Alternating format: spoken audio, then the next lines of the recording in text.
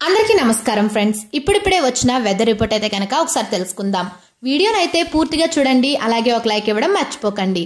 మరిన్ని అప్డేట్స్ కోసం ఛానల్ని సబ్స్క్రైబ్ చేసుకోండి. ఇక వివరాల్లోకి అయితే వెళ్ళిపోదాం. రాజస్థాన్ పరిసర ప్రాంతాలలో వాయుగుండం కొనసాగుతోంది. ఈ వాయుగుండం పశ్చిమ వాయువ్య దిశగా కదిలి ఇవాళ ఉత్తర రాజస్థాన్ మీదుగా వెళ్తుందని అంచనా వేస్తున్నారు. ఉత్తర జార్ఖండ్, దక్షిణ బీహార్ ప్రాంతాల్లో తీవ్ర అల్పపీడనం కూడా ఉంది. ఇది పశ్చిమ వాయువ్య దిశగా కదులుతూ ఉత్తరప్రదేశ్ వైపు వెళ్తుంది. ఈ ప్రభావంతో బుధ, గురువారాల్లో పలు రాష్ట్రాల్లో భారీ వర్షాలు కురుస్తాయని వాతావరణ శాఖ తెలిపింది. ఏపీలోని కొన్ని ప్రాంతాల్లో రాబోయే 3 రోజుల్లో తేలికపాటి నుంచి మోస్తరు వర్షాలు కురుస్తాయని అంచనా వేస్తున్నారు.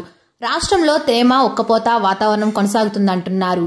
ఇవాళ పార్వతీపురం, మన్యం, అల్లూరి సీతారామరాజు, ఎన్టీఆర్, గుంటూరు, బాపట్ల, పల్నాడు, ప్రకాశం, నెల్లూరు, చిత్తూరు, తిరుపతి, అనంతపురం, శ్రీ సత్యసాయి, కర్నూలు, నంద్యాల, కడప, అన్నమయ్య జిల్లాల్లో అక్కడక్కడ తేలికపాటి నుంచి మోస్తరు వర్షాలు, మిగతా జిల్లాల్లో అక్కడక్కడ తేలికపాటి వర్షాలు కురిసే అవకాశం ఉంది అని ఏపీ విపత్తుల నిర్వహణ సంస్థ తెలిపింది. తెలంగాణలో రానున్న రోజుల్లో భారీ వర్షాలు కురిసే అవకాశం ఉందని హైదరాబాద్ వాతావరణ కేంద్రం తెలిపింది.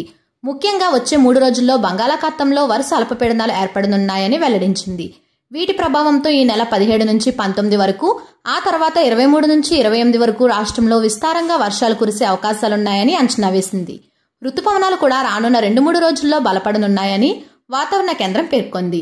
దీని ప్రభావంతో రాష్ట్రంలోని కొన్ని చోట్ల ఉరుములు, మెరుపులతో కూడిన తేలికపాటి వర్షాలు కురుస్తాయని, గంటకు 40 కిలోమీటర్ల వేగంతో ఈదురుగాలులు వీచే అవకాశం ఉందని తెలిపింది. నేడు రంగారెడ్డి, హైదరాబాద్, మేడ్చల్, మల్కాజిగిరి, వికారాబాద్, ఆదిలాబాద్, కుమ్రంభీం, ఆసిఫాబాద్, నిర్మల్, నిజామాబాద్, జగిత్యాల, సంగారెడ్డి, మెదక్, కామారెడ్డి, నారాయణపేట, జోగులాంబ, గద్వాల, మహబూబ్ నగర్, నాగర్ కర్నూల్, వనపర్తి జిల్లాల్లో అక్కడక్కడ వర్షం కురిసే అవకాశం ఉందని చెప్పారు. బుధ, గురువారాల్లో అన్ని జిల్లాల్లో బలమైన ఈదురుగాలులతో భారీ వర్షాలు కురుస్తాయని వాతావరణ శాఖ అంచనా వేసింది.